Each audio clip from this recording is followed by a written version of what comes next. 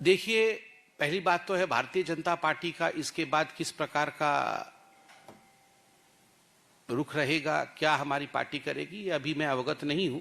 Delhi BJP इस पे आपको बताएगी और हम एक लोकतांत्रिक पार्टी है, स्वाभाविक रूप से लोकतांत्रिक रूप से अपने धरोहर को बचाने के लिए, अपने संस्कारों के हित के लिए जो हमें करना होगा हम अवश्य करेंगे, लोकतांत्रिक रूप से करेंगे।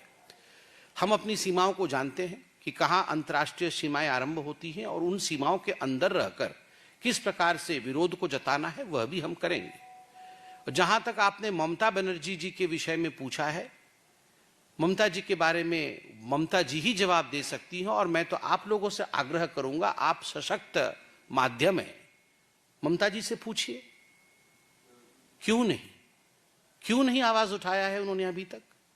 और रविन्द्रनाथ टैगोर कोई केवल बंगाल के धरोहर थे ऐसा नहीं। Rabindranath Tagore was one of the most renowned personalities of the world, and we are proud as Indians that he belonged to India. And of course every Bengali is proud and should be proud of the fact that Gurudev Rabindranath Tagore belonged to that part of our country.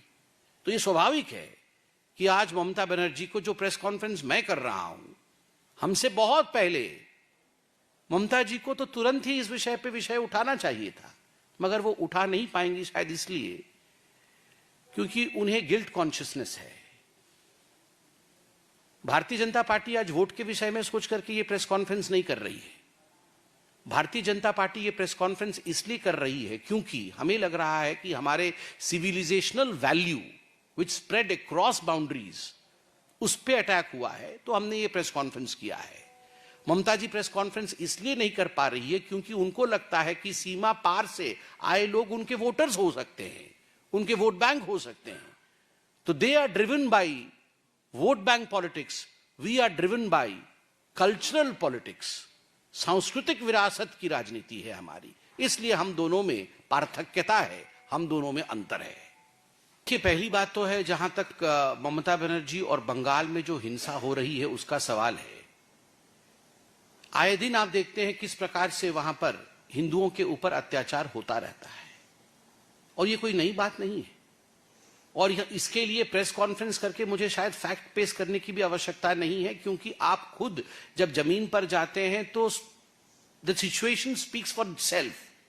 अभी मुर्शिदाबाद के पूरे विषय को court ने कहा कि state ने sponsor किया था, ये स्टेट के कारण से हुआ, स्टेट के फेलियर के कारण से हुआ। और उससे पहले ममता जी कह रही थी कि भारतीय जनता पार्टी ने कराया, मगर कोर्ट ने ममता बनर्जी को आईना दिखाया और कहा नहीं, भारतीय जनता पार्टी के लिए नहीं, आपके गलती के कारण से हुआ, आपने किया है ये।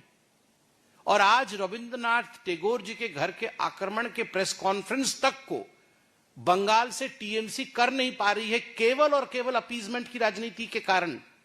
मगर याद रखिए, appeasement has its own life span. समाप्त होने वाला है तुष्टीकरण की राजनीति की आयु जो टीएमसी बंगाल में कर रही है।